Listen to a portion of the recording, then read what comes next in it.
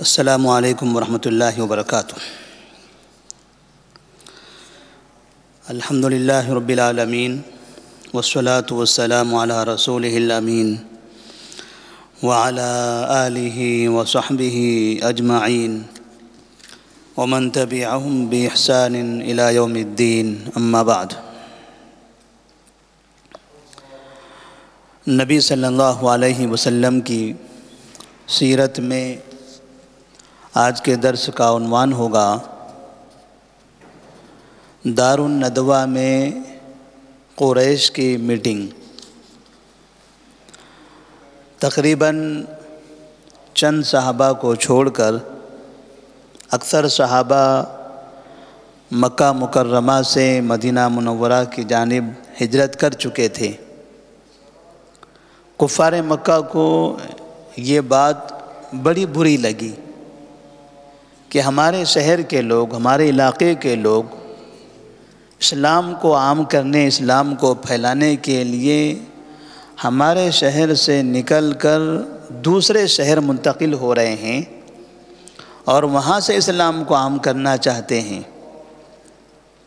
اور خاص طور پر انہوں نے جس شہر کا انتخاب کیا تھا وہ شہر مدینہ منورہ مکے والوں کے لیے انتہائی سردرد والا شہر، سب سے زیادہ بڑے امتحان والا شہر۔ اگر مدینہ کے علاوہ کسی اور شہر کا انتخاب کیا ہوتا تو کفار مکہ کو اتنی بڑی تکلیف نہ ہوتی، اس لیے کہ مکہ والے یہ سمجھتے تھے، یہ جانتے تھے کہ مکہ، طائف اور یمن سے لے کر مکہ تک جتنی آبادی ہے، جتنے شہر ہیں، جتنے قبائل ہیں، ان سب کو ملک شام جانے کی ضرورت پڑتی ہے اور ان سب کا راستہ ایک ہی ہے اور وہ راستہ مدینے سے گزرتا ہے۔ جب مدینہ میں مسلمان آباد ہو جائیں گے اور انہیں یہ پتہ ہے کہ ہم ان کے دشمن ہیں، ہم نے ان کو مارا ہے، تکلیف دیا ہے، ہم ساز و سامان کے ساتھ، قافلے کے ساتھ، تجارتی دولت کے ساتھ یہاں سے نکل کر ان کے گھروں کے پاس سے گزریں گے، بھلا وہ ہمیں سکون سے کیسے گزرنے دیں گے؟ ضرور وہ انتقام لے سکتے ہیں۔ ہمارے قافلوں کا ملک شام کی طرف جانا دشوار ہو جائے گا۔ نتیجہ یہ ہوگا کہ مکہ میں، طائف میں اور یمن تک کا جتنا علاقہ ہے یہ پورے علاقے میں قحط سالی آ جائے گی، لوگ معاشی اعتبار سے کمزور ہو جائیں گے اگر مسلمان وہاں پر غالب آ گئے اور مسلمانوں کا اس شہر پر قبضہ ہو گیا۔ ایک طرف کفار مکہ کو یہ چیز ستا رہی تھی، دوسری طرف اوس اور خزرج جو مدینہ کے دو مشہور قبیلے تھے، جن قبائل سے مسلمانوں کا اتفاق ہوا، اور وہ دو قبیلے جنہوں نے مسلمانوں کی مہمان نوازی کی، وہ دو قبیلے ایک زمانے سے آپس میں دشمن تھے، نسل در نسل انہوں نے ایک دوسرے کا قتل عام کیا ہوا تھا، اور ابھی قریب میں ہی ان دونوں نے آپس میں ایسے اتحاد کر لیا کہ اب کبھی بھی ہم آپس میں جنگ نہیں کریں گے۔ تو ان دونوں قوموں کا، ان دونوں قبائل کا متحد ہو جانا باقاعدہ یہ مسلمانوں کے لیے تو اچھی علامت تھی، اچھی خبر تھی، لیکن مکہ والوں کے لیے بری خبر تھی، کیونکہ مکہ والوں کو ان دونوں میں سے کسی ایک کو مسلمانوں کے خلاف استعمال کرنے کا موقع نہیں ملے گا۔ اگر اوس نے مسلمانوں کو پناہ دیا تو خزرج کو استعمال کیا جا سکتا تھا،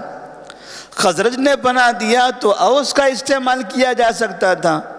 اور دونوں میں سے کسی ایک کے استعمال سے کفار مکہ مدینہ میں گھس کر مدینہ مسلمانوں کو تباہ کر سکتے تھے، لیکن انہوں نے دیکھا کہ یہ دونوں آپس میں متحد ہیں، اور پھر ان لوگوں نے باقاعدہ مسلمانوں کی ہر اعتبار سے مدد کرنے کرنے کی ٹھان لی ہے۔ کوئی ایسا طریقہ نہیں چھوڑا جس طریقے سے مدد کا انہوں نے پلان نہ بنایا ہو،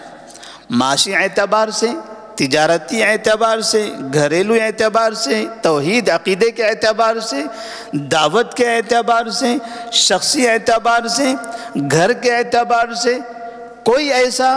راستہ نہیں ہے کہ جس کی مسلمانوں کو ضرورت پڑے اور وہ لوگ ان کی مدد نہ کریں۔ اس کا مطلب یہ ہوا کہ سیدھے سیدھے کفار مکہ کو یہ پیغام تھا، یہ چیلنج تھا کہ جس قوم کو تم نے بے گھر کیا ہے ہم نے انہیں گھر دیا ہے، جس قوم کی دولت کو تم نے لوٹا ہے ہم نے اسے مالدار بنا دیا ہے، جس قوم کے خاندانوں کو تم نے اجاڑ دیا ہے ہم اس کے خاندان کے ممبر بن گئے ہیں، جس قوم کے بھائیوں کو تم نے دشمن بنا دیا ہے آج سے ہم ان کے بھائی ہیں۔ اور یہ اتحاد مکے والوں کے لیے بڑا کٹھن رہا۔ مکہ والے یہی سوچ سوچ کر پریشان تھے، کتنا بڑا نقصان۔ اور پھر سب سے بڑی پریشانی ان کی یہ تھی کہ یہ مسلمان مدینہ جا رہے ہیں، مدینہ پہنچ چکے ہیں، اور وہاں سے پھر وہ اطراف میں جہاں جہاں انہیں موقع ملے گا وہاں اسلام کی دعوت دیں گے۔ اگر مدینہ اس کے اطراف میں اسلام کا غلبہ ہو گیا تو یہ مسلمان اپنے تاریخی شہر کو کبھی نہیں بھولیں گے کہ یہاں ہمارے نبی پیدا ہوئے تھے، اس جگہ ہمارے باپ دادا رہا کرتے تھے، یہ ہمارے باپ دادا کا شہر ہے، ان کا وطن ہے، انہیں یہاں تکلیف دے کر مار کر بھگایا گیا تھا، پریشان کیا گیا تھا۔ لہذا یہ مسلمان کبھی بھی اپنے بڑوں کے شہر کو بھولیں گے نہیں، اور ضرور پلٹ کر اس شہر کو واپس آئیں گے اور اس شہر پر قبضہ کریں گے۔ یہ ایک بھی ایک امتحان تھا ان کی نظروں میں۔ اور دوسری چیز، نبی صلی اللہ علیہ وسلم ابھی تو مکہ میں ہیں، مسلمان جا چکے ہیں، چند ہی افراد موجود ہیں۔ انہوں نے شاید یہ سمجھا کہ ابھی بھی لگام ہمارے پاس ہے، اگر ہم نے محمد بن عبداللہ پر لگام کس لی،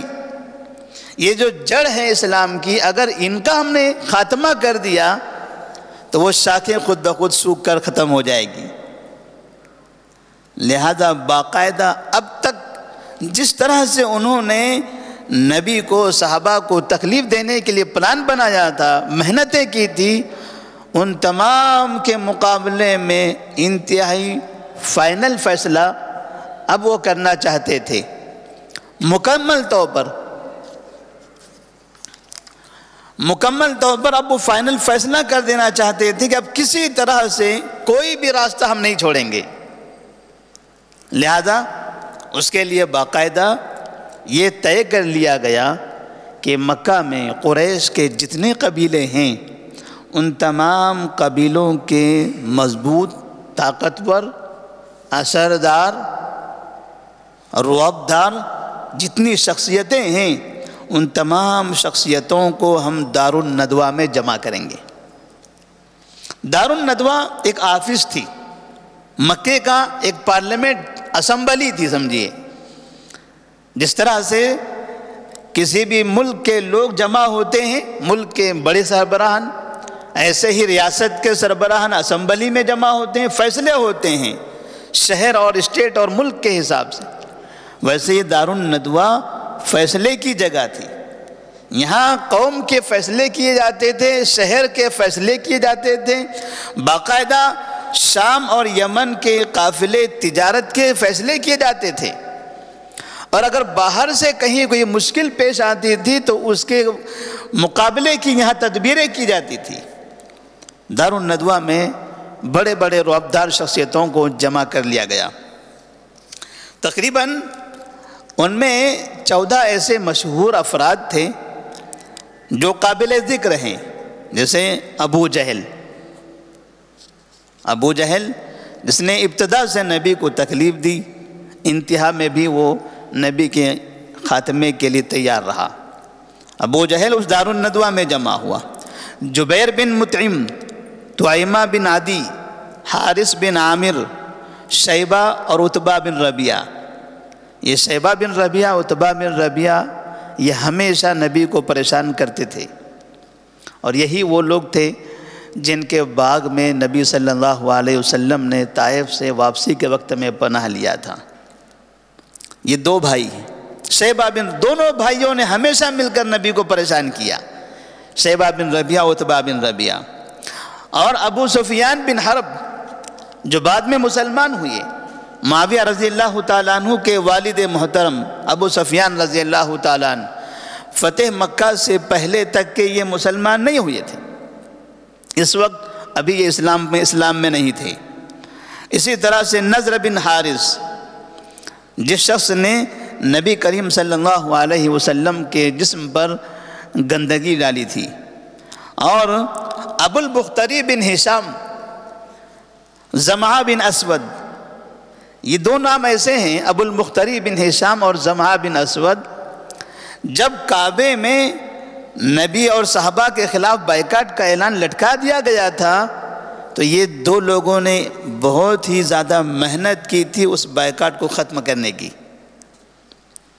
الگ الگ لوگوں کے پاس خفیہ طریقے سے جاتے تھے اور پوچھتے تھے کیا انا اکل و نشرب، ہم اپنے گھروں میں رہیں گے، کھائیں گے، پیئیں گے، ہاں، اور وہ ہمارے شہر کے ہمارے بھائی اس حالت میں ہیں۔ یعنی اس طرح سے غیرت دلاتے تھے، اور انہوں نے غیرت دلا کر باقاعدہ دوسرے دن اس بائیکاٹ کے خاتمے کا اعلان کیا ہوا تھا۔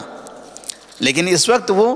یہاں نبی صلی اللہ علیہ وسلم کے قتل کے لیے یا ان کے خلاف میٹنگ کے لیے، قتل کے لیے نہیں، میٹنگ کے لیے، چونکہ میٹنگ بلائی گئی تھی، طے نہیں تھا کہ ابھی کیا کرنا ہے، تو اس میٹنگ میں وہ بھی شریک ہوئی ہیں، ابو البختری بن ہشام اور زمعہ بن اسود۔ اسی طرح حکیم بن حزام اور نبی اور منبی ابن الحجاج، اسی طرح اور امیہ بن خلف، امیہ بن خلف بھی مکہ کے مشہور سرداروں میں سے ہیں۔ یہ بڑے بڑے سردار یہ بھی جمع ہوئے جو قابل ذکر تھے، ان کے علاوہ اور لوگ بھی تھے، اور اسی درمیان میں ابلیس بھی تھا، اس لیے کہ یہ جو کام ہو رہا تھا یہ کام شیطانوں والا کام تھا۔ جب شیاطین مل کر اللہ کے دین کو عام کرنے والے، اللہ کے نظام کو پھیلانے والے کا خاتمہ کرنا چاہ رہے تھے، تو ظاہر سی بات ہے شیاطین کے کام پر ابلیس کو خوشی ہوگی۔ ابلیس بھی دار الندوہ کے سامنے داڑھی میں، اچھے کپڑے میں، سفید ڈریس میں کھڑا ہوا تھا، اجنبی انسان۔ لوگوں نے پوچھا کون ہے؟ کہا میں نجد سے آیا ہوں، میں نے سنا ہے یہاں پر کچھ خاص میٹنگ ہو رہی ہے، تو سوچا کہ میں بھی آپ کی اس میٹنگ میں شریک ہو جاؤں۔ جو ہمارے باپ دادا کے دین کو برا کہتا ہو اس کے خلاف میں بھی چاہتا ہوں کہ کوئی مشورہ دوں، آپ لوگوں کی باتیں سنوں۔ لوگوں نے کہا ٹھیک ہے چلیے۔ وہ شخص بھی، یعنی وہ ابلیس، باقاعدہ انسانوں کو دکھائی دیا۔ اس سے سمجھ میں آتا ہے کہ شیاطین دکھائی بھی دیتے ہیں، لیکن وہ جب چاہتے ہیں، وہ طاقت ان کے پاس ہے، وہ ہمارے پاس نہیں ہے کہ ہم جب چاہیں چشمہ لگائیں دیکھ لیں۔ وہ اگر چاہیں تو ہمارے سامنے خود کو ظاہر کر سکتے ہیں، اور پھر ان کے پاس شکلیں بدلنے کا اختیار بھی ہے۔ شکلیں بدل کر بھی وہ آ سکتے ہیں، انسانی شکل میں، کسی معروف انسان کی شکل میں، کسی اجنبی انسان کی شکل میں، کسی جانور کی شکل میں، کسی پرندے کی شکل میں، کسی بھی شکل میں آ سکتے ہیں۔ بہرحال اس طرح سے اتنے افراد یہاں پر جمع ہوئے تھے۔ جمع ہونے کا مقصد تھا کہ نبی کریم صلی اللہ علیہ وسلم کے بارے میں